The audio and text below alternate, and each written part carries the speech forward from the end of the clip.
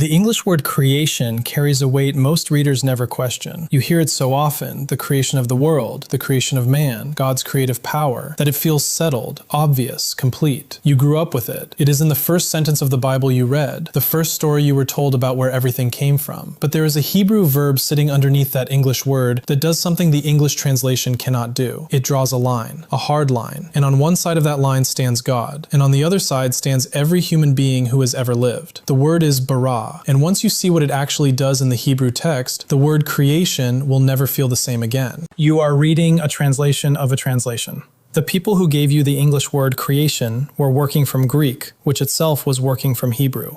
And somewhere in that relay, something got flattened. Not corrupted, not distorted, just flattened. The Hebrew did not flatten it. The Hebrew preserved a boundary that English dissolves the moment a child says she created a drawing with crayons. That boundary is everything. Here is the problem in plain terms. In English, the verb to create can have any subject. An artist creates a painting. An engineer creates a bridge. A child creates a mess. A company creates a product. A novelist creates an entire world. The word is democratic. It belongs to anyone who makes something new. We use it constantly, casually, without a second thought. But the Hebrew verb bārāʼ, the verb in Genesis 1:1, the verb your English Bible translates as created, is not democratic. Not even slightly. In every occurrence in the call stem, the basic active form of the verb, the subject is God. Always God. Only God. BDB, the Brown Driver Briggs Hebrew Lexicon, one of the foundational tools of biblical scholarship, notes this pattern explicitly. Halot, the Kohler Baumgartner Lexicon, the most exhaustive modern Hebrew dictionary available, confirms the same thing. Scholars who disagree on almost everything about Genesis agree on at least this single fact. In the Kal, humans never bārāʼ. Not once. Not in any text, not in any genre, not across any of the centuries during which the biblical texts were composed. The Hebrew Bible was composed over many centuries, across different authors, different genres, different theological traditions, and not one of them ever described a human being performing bārāʼ in its primary sense. Poetry, law, prophecy, narrative, wisdom literature, every corner of the biblical text, and the line holds everywhere. That kind of consistency does not happen by accident. That is the language itself making a theological decision, and sustaining it across every writer who ever wrote in that language. Human beings in the Hebrew Bible use other verbs. They yāṣar, they make. They yāṣar, they form. They bānâ, they build. These verbs are completely open to human subjects without restriction. A craftsman yāṣars clay into a vessel. A king asās a monument. A carpenter bānās a house. A woman asās bread. A silversmith yāṣars an idol. These verbs describe the full range of human making, shaping, assembling, fashioning, constructing, producing. They are not lesser verbs. They describe real, meaningful, beautiful human activity. But they describe human activity. Bārāʼ describes something else. And the language knew the difference, and held it across centuries without flinching. Before we go further, here is something popular word study videos rarely tell you, because it complicates the clean story, but it is part of being honest with the text. The word bārāʼ is part of a three-letter root, bet, resh, aleph. Standard lexicons note that these three consonants correspond to at least three distinct roots in biblical Hebrew. There is bārāʼ 1, the word we are examining, meaning to create, restricted in the call to divine activity, Strong's H1254. Then there is bārāʼ 2, to be fat, to feed, as in 1 Samuel 2:29, where Eli's sons fatten themselves on the choice portions of the offerings, and bārāʼ 3, to cut down, to clear, as in Joshua 17:15, where Joshua tells the tribes of Joseph to go up to the forest country and clear it for themselves. That third root can have a human subject. It means something entirely different. Some word study videos cite the Joshua passage as evidence that bārāʼ occasionally allows human subjects. It does not. The lexicons treat these as separate entries that share consonants but not meaning. The divine-only verb for creation is bārāʼ. That restriction does not bend. Picture a Hebrew scribe working from a manuscript. He comes to Joshua 17 and writes the same three letters he wrote in Genesis 1. But he knows, and his audience knows, that this is a different root. Same shape on the parchment, different semantic world. The language trusted its readers to know the difference. We have to learn what they already knew. So what exactly does bārāʼ, the divine-only root, do in the text? The verb appears roughly 54 times across all its grammatical forms in the Hebrew Bible. In the call alone, approximately 38 times, and in each of those occurrences, God is the one acting. What makes this remarkable is not just the frequency, but the consistency across wildly different contexts. God bārāৎ the heavens and the earth in Genesis 1:1. God bārāৎ the great sea creatures, the taninim, in Genesis 1:21. And here the ancient Near Eastern background matters enormously, because Genesis 1 was not written in a cultural vacuum. The ancient Near East already had elaborate creation stories. The Babylonian Enuma Elish describes a battle between the god Marduk and the chaos monster Tiamat. Marduk kills her, splits her body apart, and fashions the heavens from one half and the earth from the other. Creation in that story involves conflict, violence, pre-existing chaos material, and competing divine powers. The world is not originated, it is arranged from the leftovers of a divine war. The Atrahasis epic describes humanity being created from the blood of a slain god mixed with clay.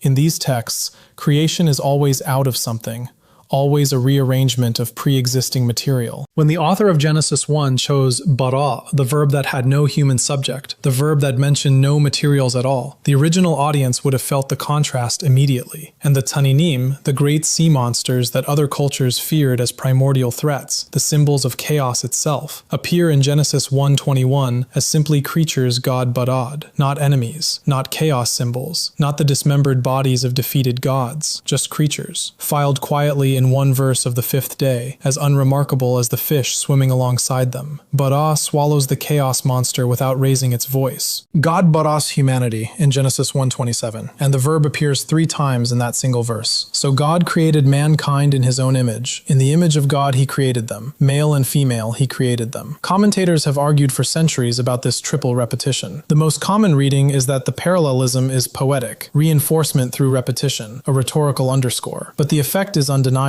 Of all the things God does in the 6 days of Genesis 1, only the creation of humanity receives this treatment. The sea creatures get 1 bārāʼ, humanity gets 3. Whatever theological claim the author is making about what it means to be human, the verb they reach for 3 times is the divine-only verb. God bārāʼ new heavens and a new earth in Isaiah 65:17, using the same verb for what has not yet happened that was used for what happened first. The word bridges the original beginning and the promised future, as if the same creative act is still in motion, not yet finished. In Amos 4:13, God bārāʼ the wind. In Isaiah 4:5, God bārāʼ a cloud of smoke by day and fire by night for a future Jerusalem, recreating the protective presence that guided Israel through the wilderness. In Isaiah 57:19, God bārāʼ speech itself, praise on the lips of mourners, words appearing where there were no words. In Psalm 89:12, God bārāʼ the north and the south, the invisible architecture of orientation, the directions by which every traveler finds their way. And in Isaiah 45:7, in one of the most confrontational verses in the prophetic library, God says, I form light and create darkness. I make well-being and create calamity. I am the Lord who does all these things. That verse uses 2 different verbs within its parallel structure. For light and well-being, yāṣar and asa, the verbs available to humans as well as to God. For darkness and calamity, bārāʼ, the divine-only verb. Light and well-being God forms and makes, common verbs. Darkness and calamity, God bārāʼ, the reserved verb. The prophet is not saying God is the moral author of evil. He is saying that whatever darkness is, whatever calamity is, these are not outside God's vocabulary. They are filed under the exclusive word. The prophet is speaking to people in exile.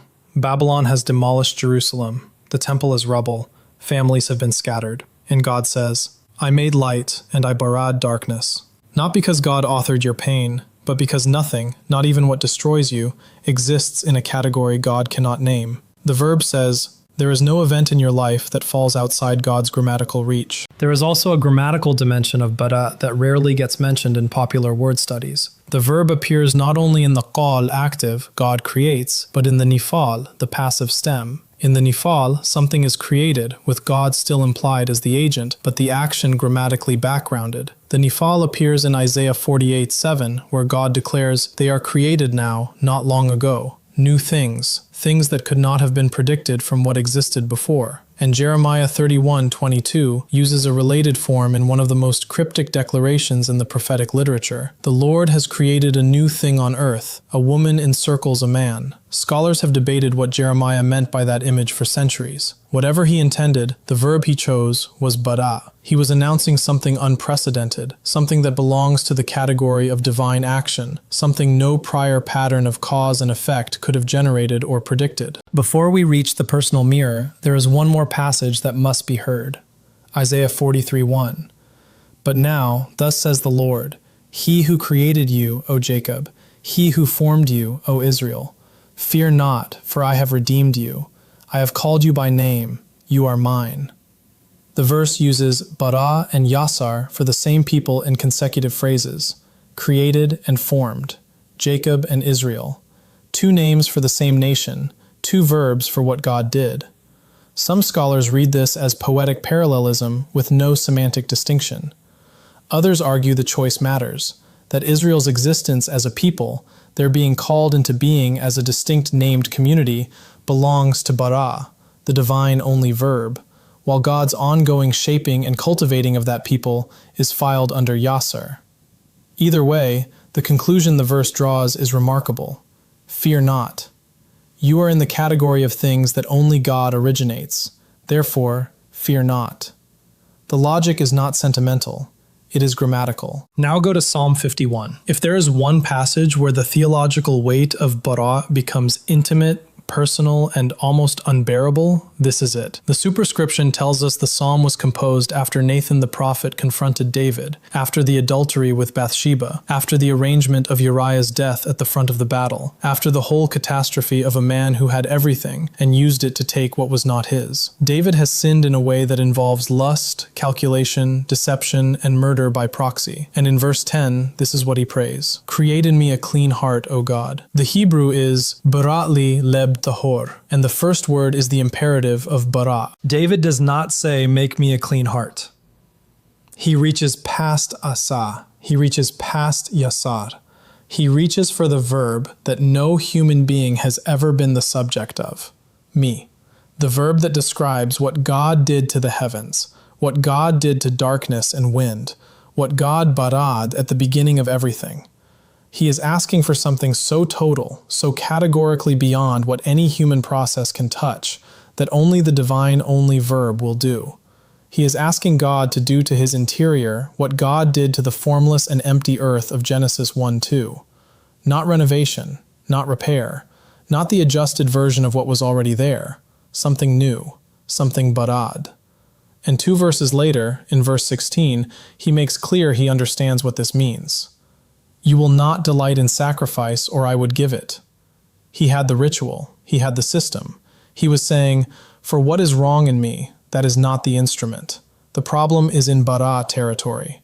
And in bārāʼ territory, only one person has ever acted. But here is where honesty demands we slow down. Because the popular story about bārāʼ is more complicated than most word study videos will tell you. And the complication actually deepens the word rather than weakening it. The traditional Christian reading treats bārāʼ as the definitive proof of creatio ex nihilo, creation from absolutely nothing. Humans always work with existing material. Therefore, only God can bārāʼ. Therefore, bārāʼ means generating matter from literal non-existence. But serious scholars have pushed back on this. Klaus Westermann wrote that there is no conclusive evidence in the entire Old Testament that the verb itself expresses the idea of creation out of nothing. John Levinson of Harvard Divinity School argued the doctrine was not formulated until the Hellenistic age, when Jewish thinkers encountered Greek ontology. John Walton argues bārāʼ is primarily about the assignment of function and purpose, God inaugurating things as ordered, meaningful realities, not necessarily a claim about the absence of prior material. Von Gameren concluded that the root simply cannot explicitly communicate creatio ex nihilo on lexical grounds alone. On the other side, Paul Copan and William Lane Craig contend that the exclusive divine usage of bārāʼ does support a material creation sense, especially in Genesis 1:1. Their argument: if the verb merely meant to assign function, there would be less reason to restrict it to divine agency. The restriction itself signals something that exceeds functional ordering. Both sides agree on the exclusivity. The debate is about what that exclusivity means at the level of metaphysics. Scholars are still working on it. The honest position is, the call exclusivity is established and clear. What bārāʼ says about the absence or presence of prior material is a question the lexicons leave open. Hold the verb's exclusivity with certainty. Hold everything else with appropriate humility. Now think about what this means for the way you read your own life. Every human maker you have ever relied on, every surgeon, therapist, mentor, artist, parent, teacher, friend. They yāṣar and yāṣar and bānâ. They take what exists and reconfigure it. They reshape the material of reality into something better. And this is real and extraordinary. The human capacity to make and shape and heal is astonishing. But every human maker also reaches a ceiling. There are problems that resist every tool in the human workshop. There are patterns and characters so deep that no therapy touches them, no discipline holds them, no accountability system reaches the root. There are wounds that do not respond to suturing because the wound is not in the tissue, it is somewhere the scalpel does not reach. There are griefs that do not resolve in the way grief is supposed to resolve, that just stay underneath your best days, unchanged by every human verb applied to them. But here is where honesty demands we slow down. Because the popular story about bārāʼ is more complicated than most word study videos will tell you, and the complication actually deepens the word rather than weakening it. The traditional Christian reading treats bārāʼ as the definitive proof of creatio ex nihilo,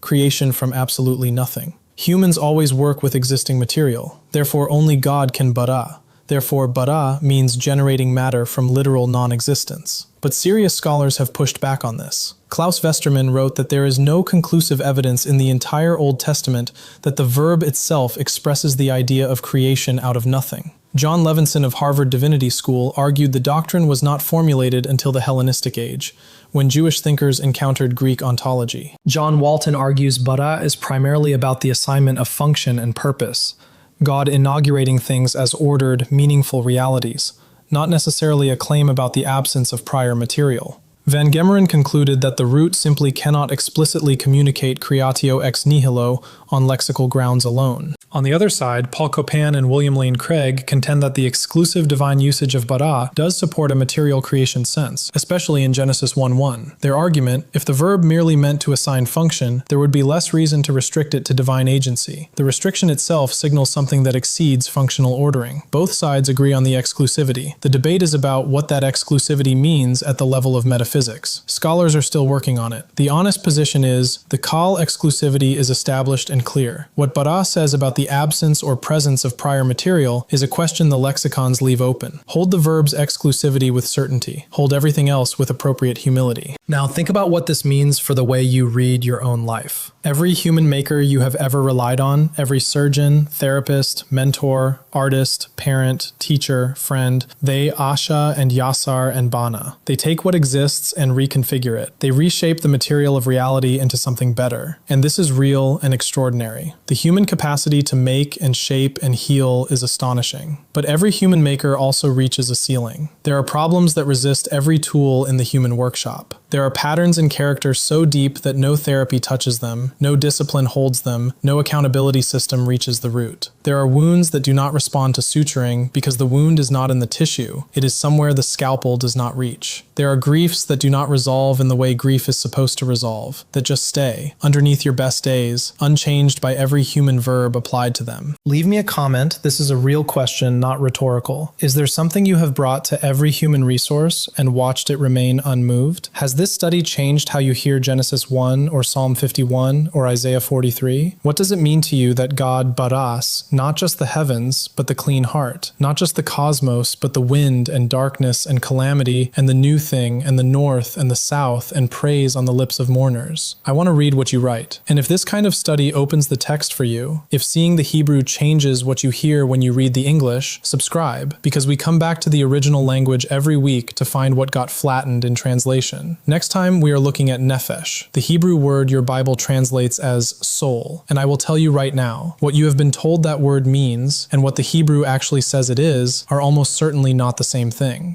The difference changes what it means to be a human being. In the beginning, he created, and every verb that followed knew its place.